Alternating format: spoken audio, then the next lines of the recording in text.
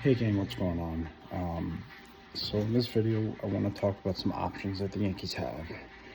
I know I did a video like this before, but now that everything has changed after the Stroman signing, there are much more options if you want to put it that way. But before I get into that, if you could hit that like, subscribe, and bell icon buttons, it would be greatly appreciated. It's extremely helpful for the channel, and it gives me great feedback on the content and what you think. Also, I don't want you to miss out on a single thing. We are on the road to 500 subscribers, so thank you very much. So let's get into it. So we know Stroman signed with the Yankees on a 2-year deal for $37 million, which is $18.5 million per season. Last night, so the Yankees did get a pitcher. Now I know their fans are not happy about it. So what do they do next? Well, they've got multiple options. The Marlins have already said that they're listening to offers on anybody, not including Yuri Perez. So the Yankees have the option to go call the Marlins and see what they can do to get a pitcher, whether it be a starter and a reliever or just a starter. Now, the good thing about this Stroman contract is it is team friendly. So it's almost like the Ohtani deal, except without the deferred money. And it's a much more creative way of making room for other pieces to be brought in to fill in holes that the Yankees have. So what are some options? Well, we just went over one of them, and that was the Marlins option. The second option would be to call up the Mariners to see what they can do about possibly getting a starting pitcher. Now, I don't think the Mariners are going to want to trade one of their top pitchers like George Kirby or Logan Gilbert, but maybe a Bryce Miller, Brian Wu. Those are some other options.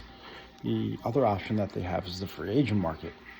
And one of those options from the free agent market would be Blake Snell. Now, just because they signed Stroman does not mean they are out on Snell. Nobody from the Snell camp or the Yankees camp have said physically that the Yankees are out on Snell. The Yankees did offer Snell a contract before they went out and signed Stroman. Now, the contract they offered him was for 5 years, $150 million. He rejected it. It was $30 million AAV, but he rejected it because he wanted the extra year or more money. With that being said, it doesn't mean that they're not having talks now. We just don't know about it. So there's still a chance that the Yankees could get Snell. Montgomery is not an option. He's already said he either wants to go to Boston or Texas, back to Texas. His preferred destination is back to Texas. So we have to think of that as well.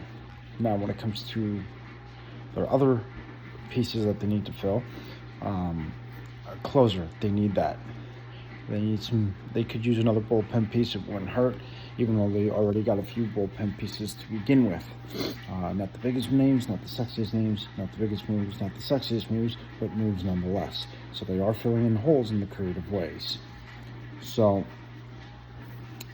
let's think of some pitchers that are available right now. Now that Jordan Hicks is off the board because he signed a 4-year, $44 million deal with the Giants, which is $11 million AAV. Good signing by the Giants, but now they want to use him as a starter. Not a smart idea. Anyways, I digress.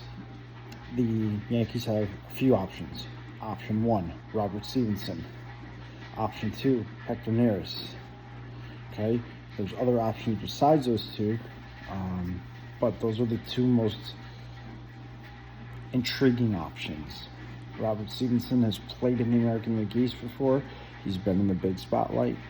He knows about playing the postseason when he was with Tampa, and he knows the AL East quite well. Hector Neris, on the other hand, also knows the big spotlight with the Astros and playing in the postseason with them. He was the most consistent and most dominating reliever last year.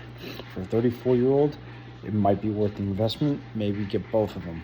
The other option they have is trying to trade for a reliever. Now, what that's going to cost, we don't know, but it's probably going to be a reasonable asking price. I mean, unlike the starters like Dylan Cease, where the White Sox were looking for Spencer Jones and Jason Dominguez, scratch that. Jesus Luzardo with the Marlins, scratch that as well. 2 injury prone. We don't need another injury prone pitcher. So the Yankees do have options. Now it's just a matter of what they want to do to get those options or utilize the options. So the most intriguing pieces that I think are out there are Hector Neris, former Astros closer, and Robert Stevenson, former Tampa Bay reliever. So for trade pieces, the Marlins and the Mariners pose the two most intriguing fits for trade partners because both need bats, and the Yankees have that.